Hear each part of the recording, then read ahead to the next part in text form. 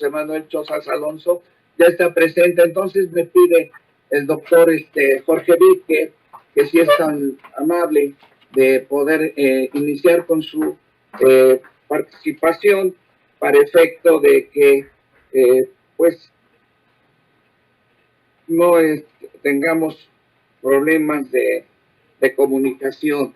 Realmente es un privilegio contar con la presencia del doctor José Manuel Chozas Alonso, a quien también hemos tenido la oportunidad de tenerlo aquí en casa, en nuestra alma mater, la Benemérita Universidad Autónoma de Puebla, a quien también pues ha dejado su impronta presencia con nosotros.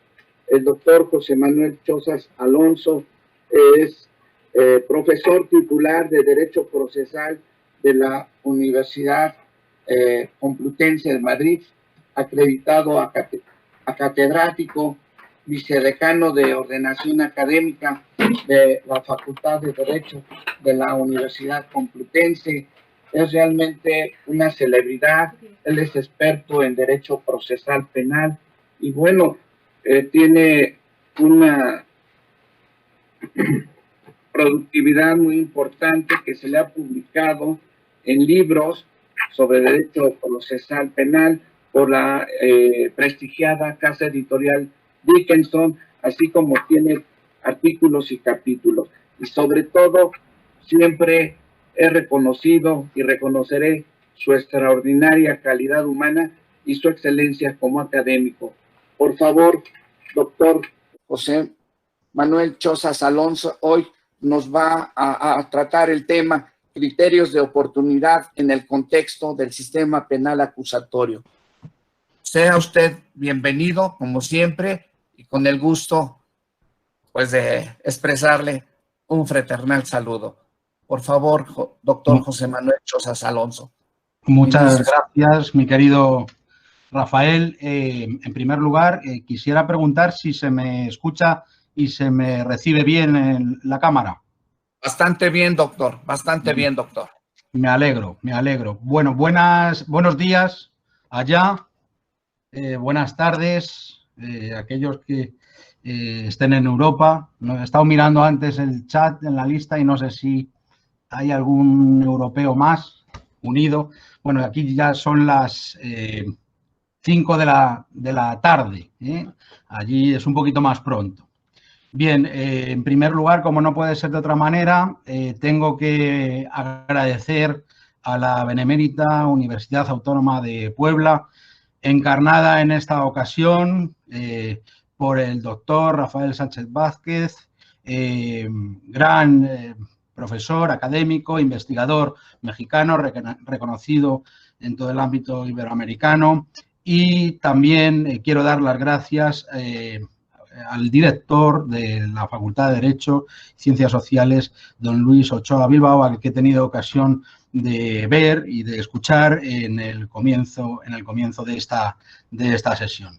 Es para mí un verdadero honor volver, aunque sea de forma virtual, a ese país tan querido por mí y en concreto a esa ciudad, la ciudad de Puebla, que tan buenos recuerdos me trae siempre.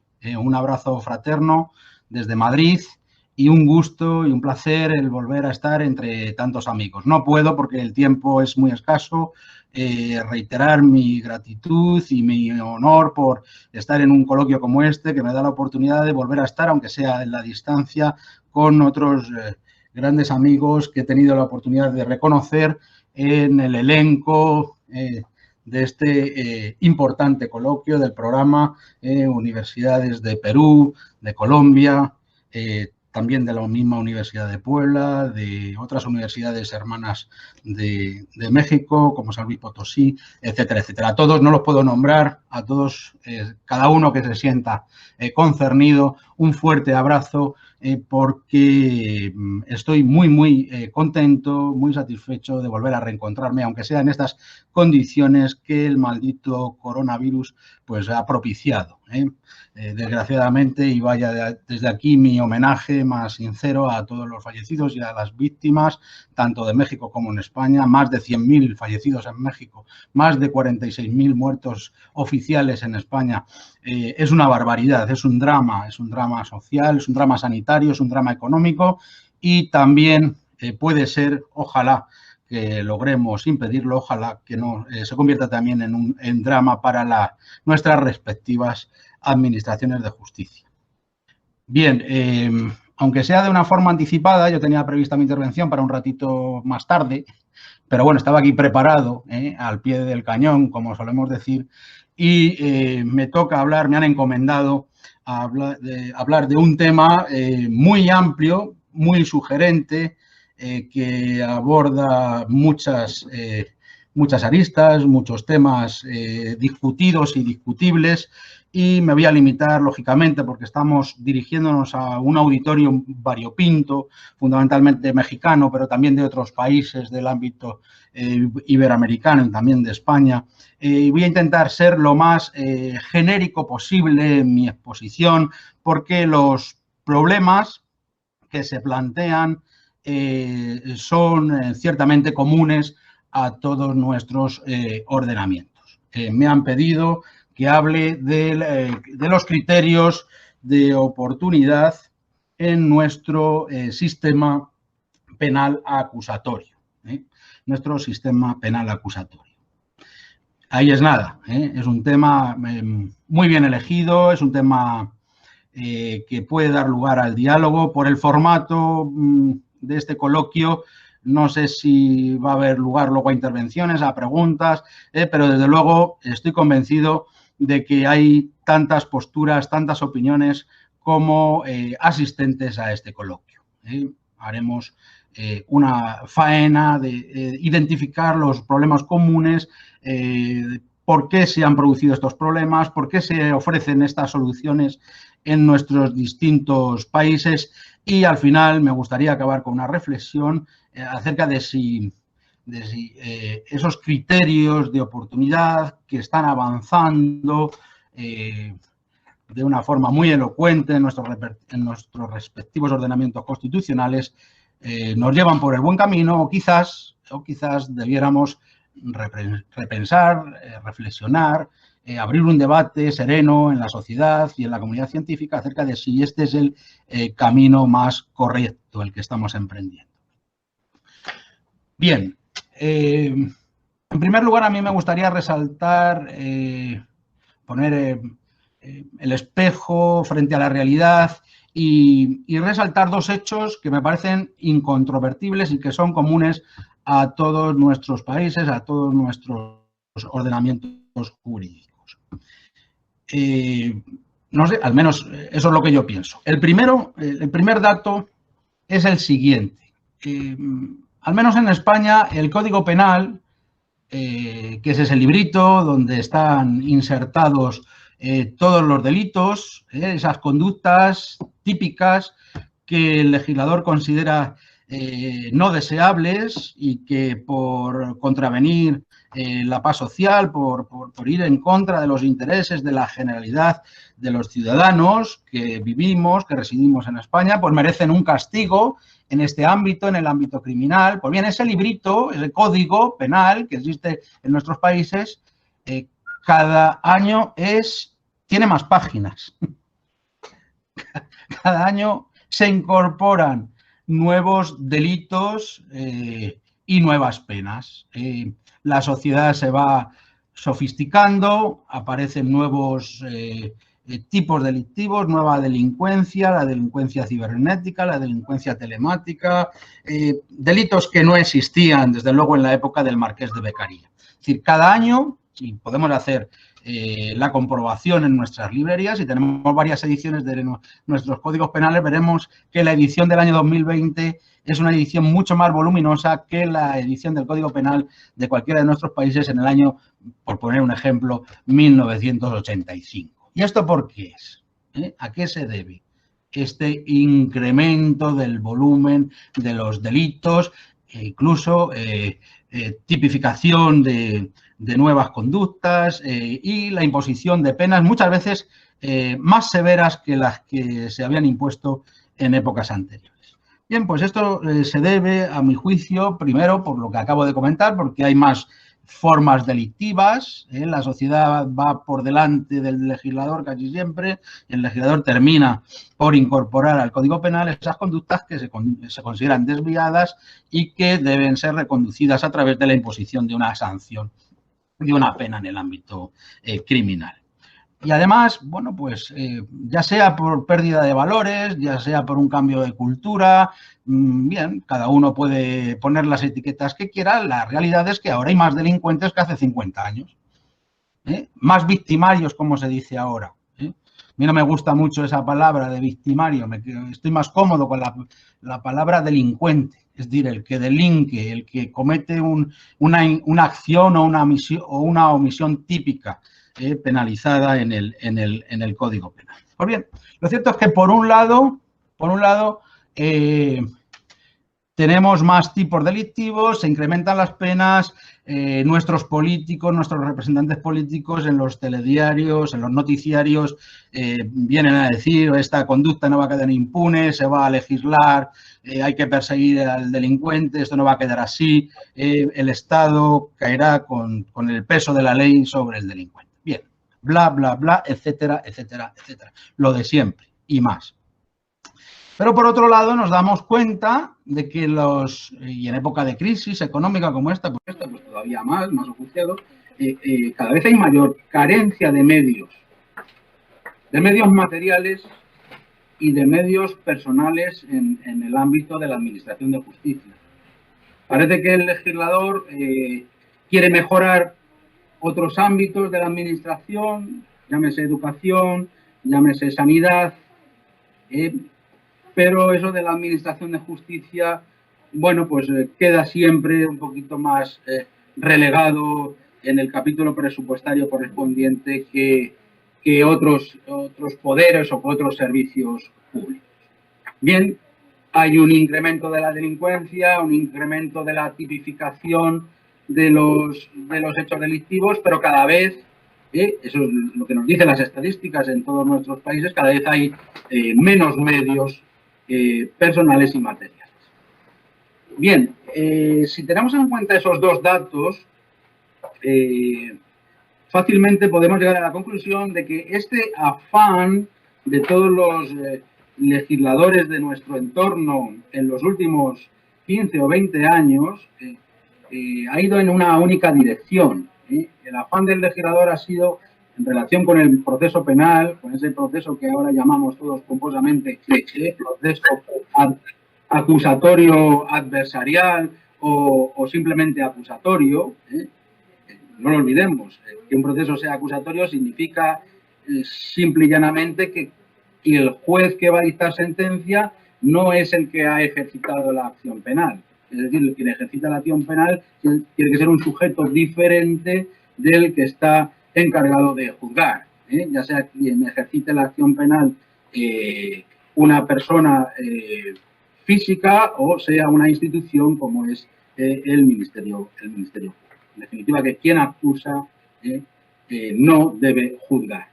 En definitiva, nemo iudex sine actor. Pues bien, ¿por qué en el seno de ese proceso penal acusatorio que tanto tiempo hemos tardado en diseñar y hemos introducido todas las garantías producto de nuestra experiencia histórica, producto de la jurisprudencia tan aquilatada, tan importante, tan pensada, tanto del Tribunal Europeo de Derechos Humanos en el ámbito de Europa, como el de la Corte Interamericana de Derechos Humanos en el ámbito iberoamericano. Después de tantos esfuerzos, después de tanto pensar en los derechos básicos del justiciable en el ámbito penal, tanto hablar de presunción de inocencia, de que no se puede imponer nunca una pena si no es a través del desarrollo de un juicio justo, de un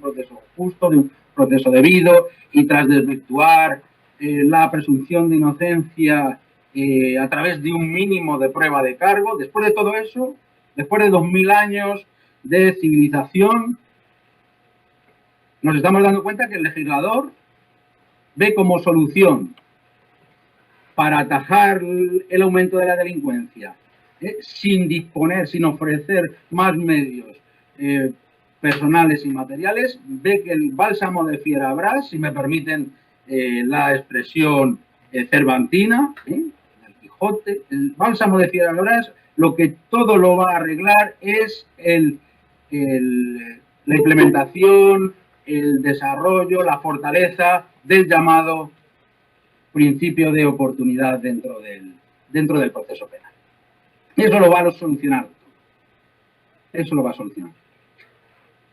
Lógicamente, estamos en un ámbito universitario, en un ámbito académico, en un ámbito jurídico.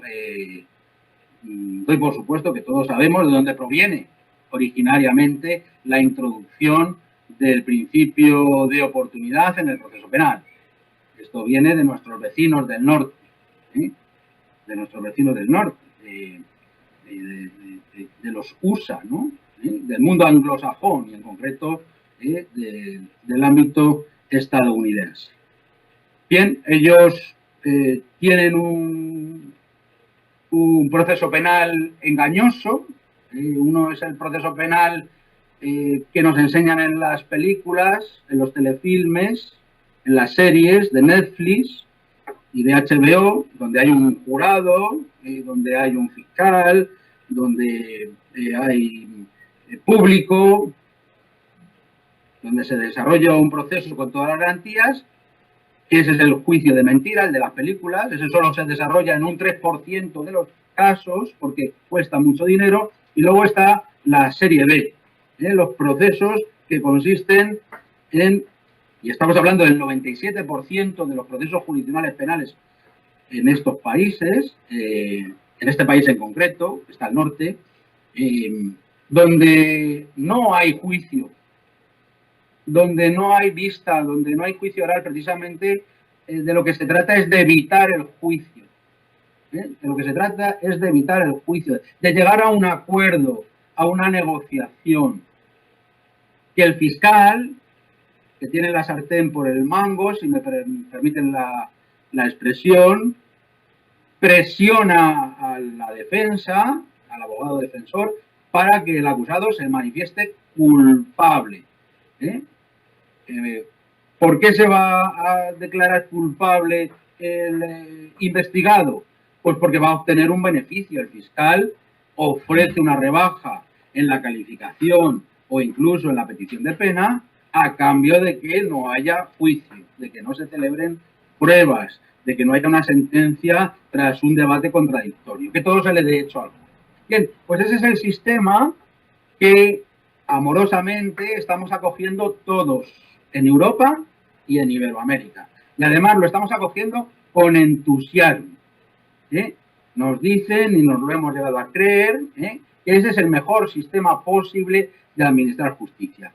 En definitiva, algo de esto tiene el planteamiento o la reflexión sobre el principio y el avance del principio de oportunidad en el proceso penal. Mucho de esto tiene que ver con el avance del principio de oportunidad en el proceso penal.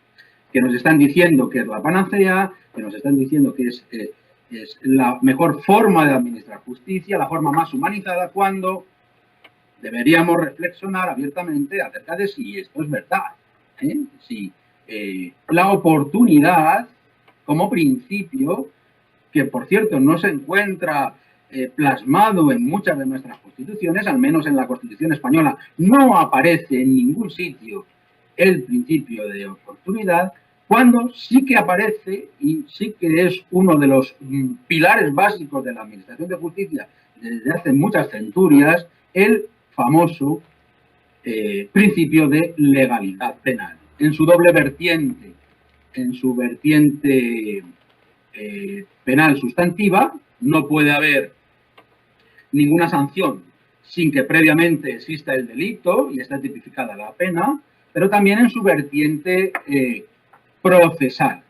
El principio de legalidad exige que no se pueda imponer ninguna pena, ninguna sanción penal, sin que se haya desarrollado previamente un proceso jurisdiccional.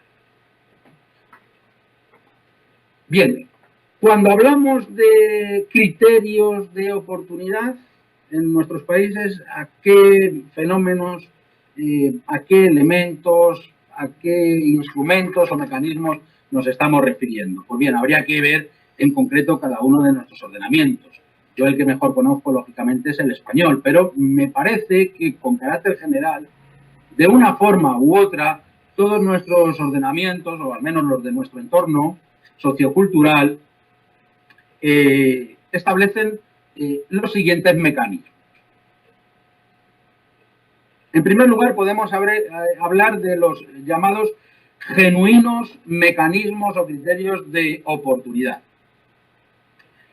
Bien, en primer lugar, el primer mecanismo, quizás el más importante, el más deseado por las fiscalías, es la posibilidad de archivo de un asunto penal por razones de oportunidad.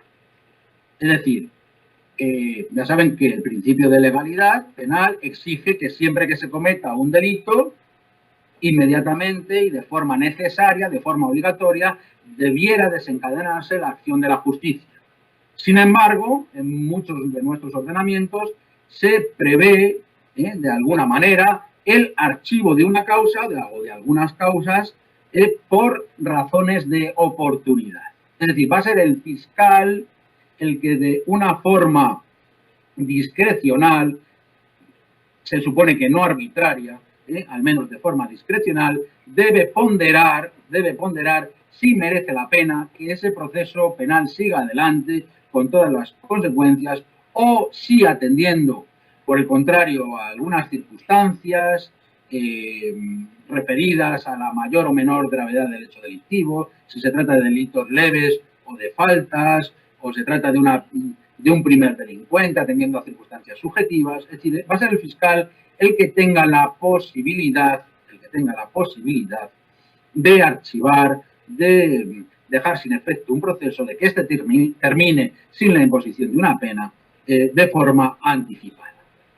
Este es el primer mecanismo, el primer criterio de oportunidad que encontramos en nuestras legislaciones de una u otra forma. La posibilidad de archivo preliminar por razones de oportunidad.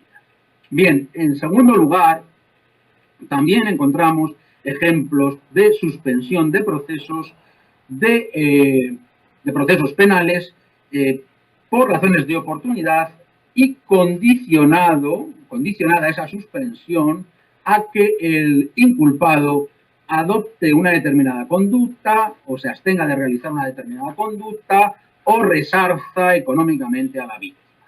En este caso no es un archivo definitivo, no es que finalice anticipadamente el proceso, sino que este se suspende provisionalmente, entiéndame, para ver qué es lo que sucede. Es decir, el investigado da su palabra a la víctima de que no va a delinquir más, de que se va a comportar correctamente e incluso le va a resarcir económicamente. Bien, pues con el consentimiento de la víctima, muchos ordenamientos permiten la suspensión del proceso con condiciones. Lógicamente, si el investigado rompe su palabra, si esas condiciones pactadas pues saltan por los aires, si no cumple su promesa, pues se reinicia el proceso por parte de la Fiscalía para que éste termine con la sanción penal correspondiente. Bien, en tercer lugar, el tercer mecanismo, dentro de lo que hemos llamado genuinos mecanismos de oportunidad, nos encontramos con la posibilidad de archivo por la colaboración, a consecuencia de la colaboración activa del investigado para perseguir precisamente a una organización criminal. Es la figura, me estoy refiriendo a la figura del arrepentido.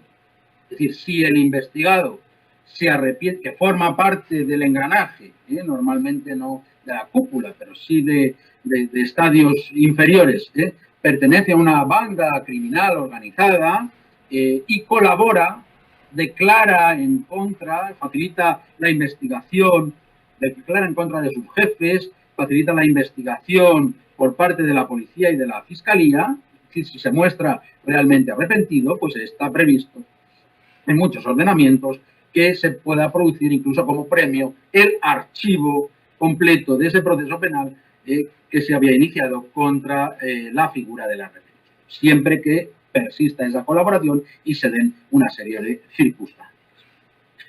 Bien, en cuarto lugar, y último, dentro de estos llamados genuinos mecanismos de oportunidad, nos encontramos con el archivo de una causa penal para no interferir en una investigación de superior interés para el Estado. Es decir, si se sigue esa investigación de bagatela, de poca monta, de poca importancia, se puede desvirtuar una investigación mucho más importante, también relacionada con bandas criminales, con organizaciones criminales, pensemos en terrorismo, en narcotráfico, en trata, etcétera. Es decir, el archivo por razones de oportunidad, porque es mejor, el fiscal considera que es más adecuado mirar para otro lado, en ese caso más pequeño, porque si no se puede desvirtuar una investigación mucho más importante que también está en curso para hacer caer una banda criminal más importante. Bien, estos cuatro serían, a mi juicio, los mecanismos de oportunidad en sentido estricto, en sentido propio. Pero junto a estos mecanismos de oportunidad en sentido propio, también existen otros instrumentos procesales que últimamente se están también haciendo un hueco, que están avanzando en nuestras respectivas legislaciones. Y me estoy refiriendo a la llamada justicia penal negociada por un lado y por otro a la justicia, la llamada justicia restaurativa o justicia restauradora, dependiendo de la nomenclatura que se utilice en unos países o no. Bien, en España la justicia, la llamada justicia consensual o justicia penal negociada, recibe el nombre tradicional de conformidad, la conformidad penal del acusado con la pena más grave de las solicitadas por las acusaciones.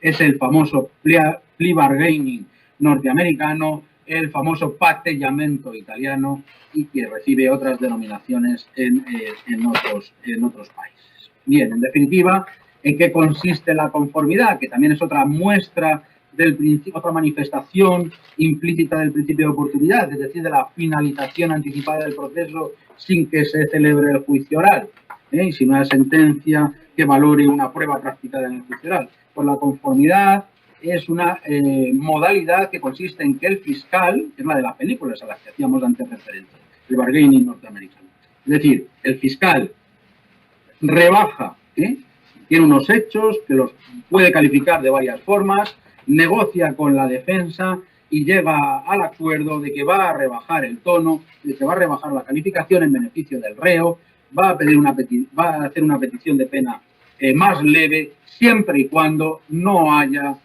contradicción y el reo se pliegue a esa negociación y se manifieste culpable. Por lo tanto, esa justicia penal negociada va a finalizar siempre con una sentencia condenatoria. Y finalmente, este es el elemento más moderno, el que es más rompedor, este es el modelo, como dicen ustedes allí en México, es el más padre, este es el mejor, que es el de la justicia restaurativa. Con esto sí que vamos a solucionarlo todo. Esta ya sí que es una nueva visión evangélica.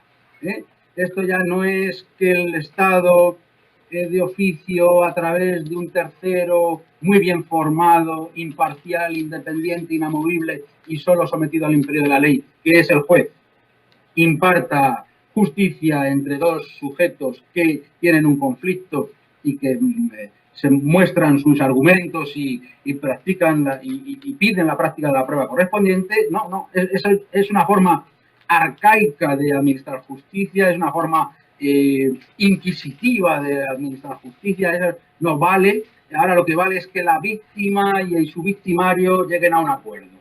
Lleguen a un acuerdo, como les digo, evangélico. Es decir, se comprendan, las dos almas se compenetren, se perdonen, se justifiquen, que al final queden tan amigos y además para siempre, ¿no? Y además con eso se elimina poco a poco la delincuencia de la faz de la tierra. Bien, yo al menos es como entiendo la justicia restaurativa, ¿no? Porque como la plasmación de la justicia restaurativa no es nada concreta, y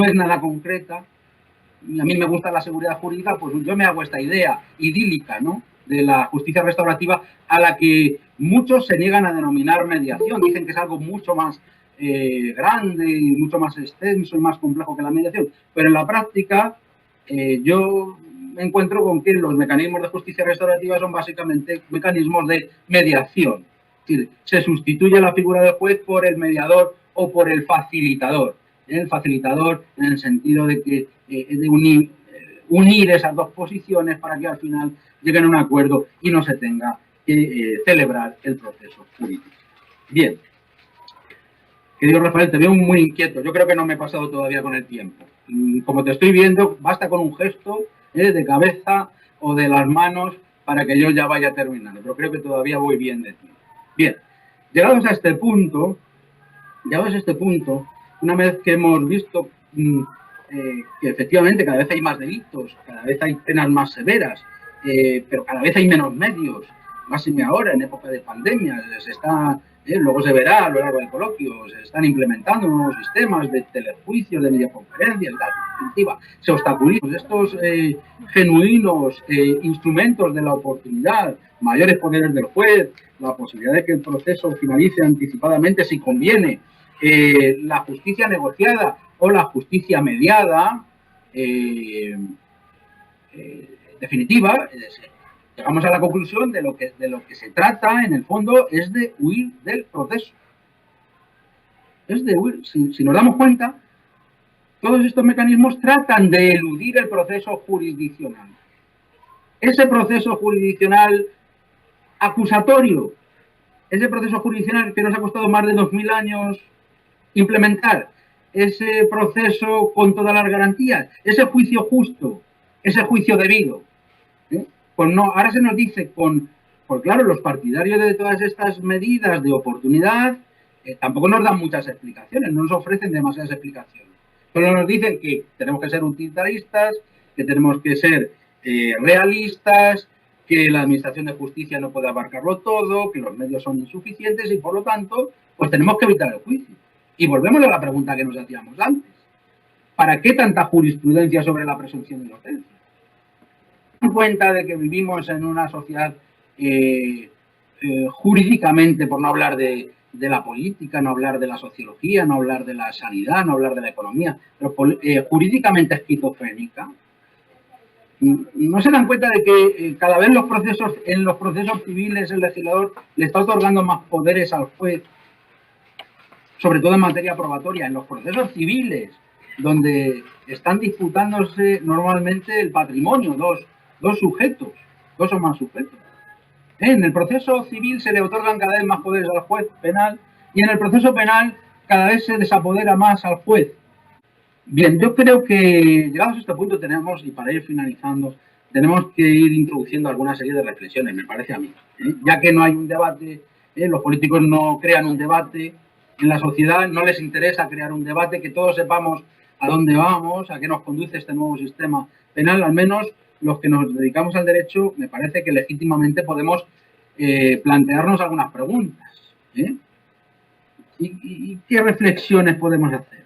Pues la primera reflexión, a mi juicio, es que de una forma indubitada se están tambaleando las estructuras básicas del proceso penal tradicional.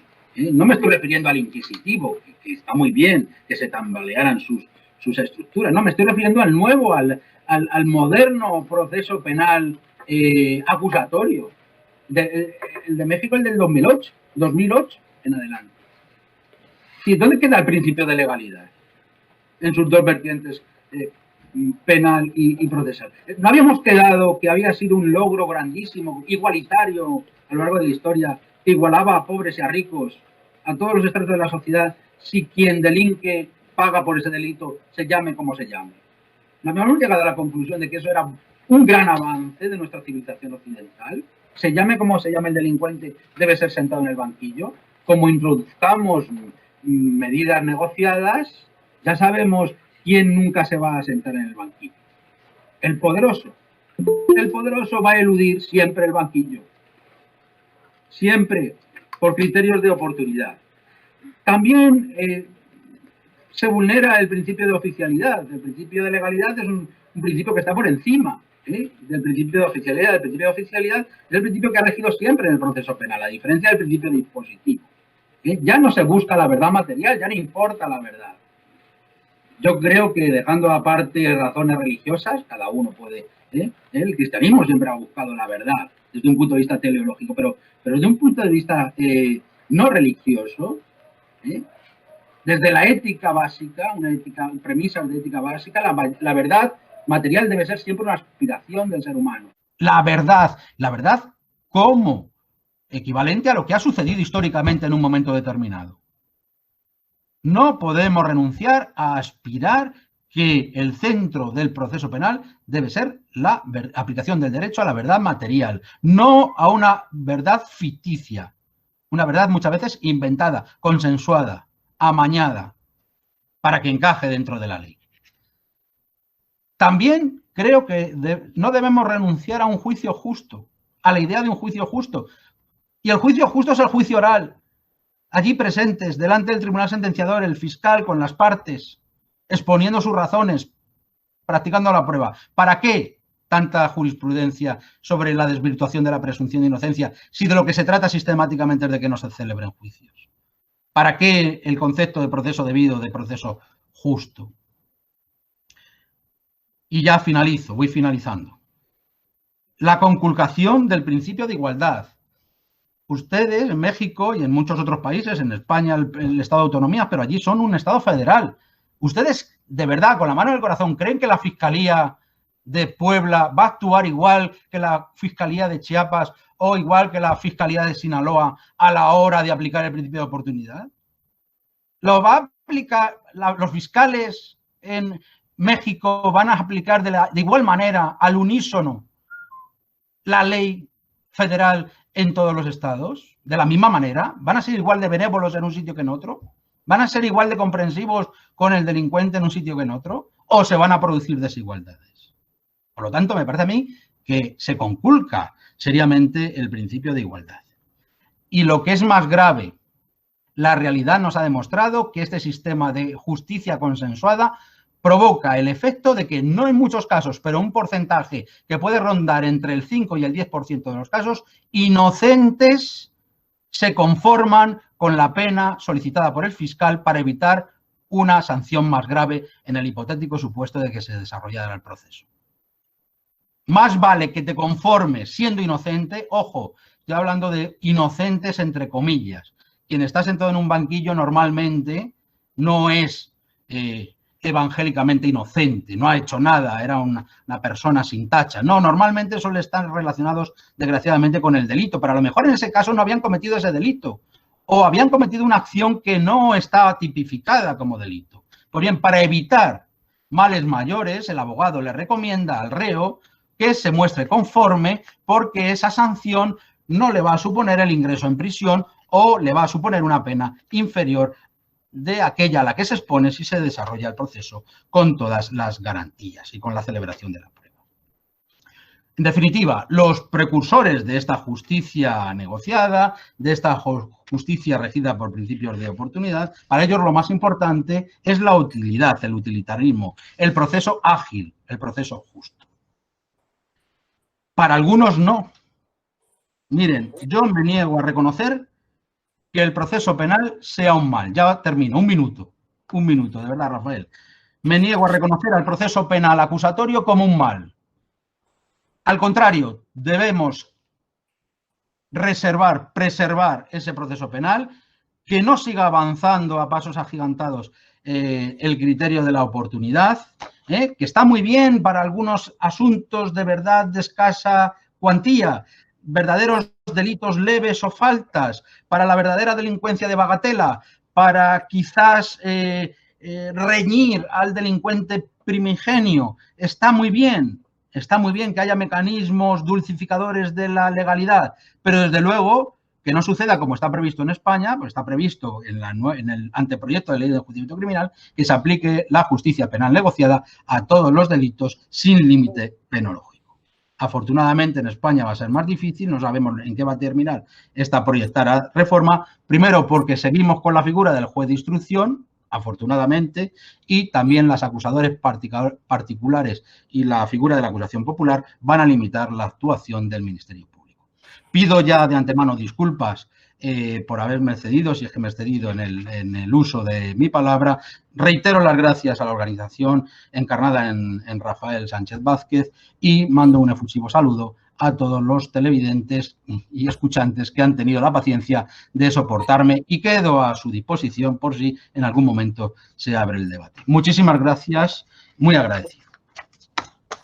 Muchísimas gracias, doctor José Manuel Chozas Alonso. Como siempre, brillante su disertación y quedamos siempre satisfechos y recordándole y además esperando pronto rehacer nuevamente nuestras actividades presenciales y verlo una vez más en nuestra alma mater, la Benemérita Universidad Autónoma de Puebla. Ahora,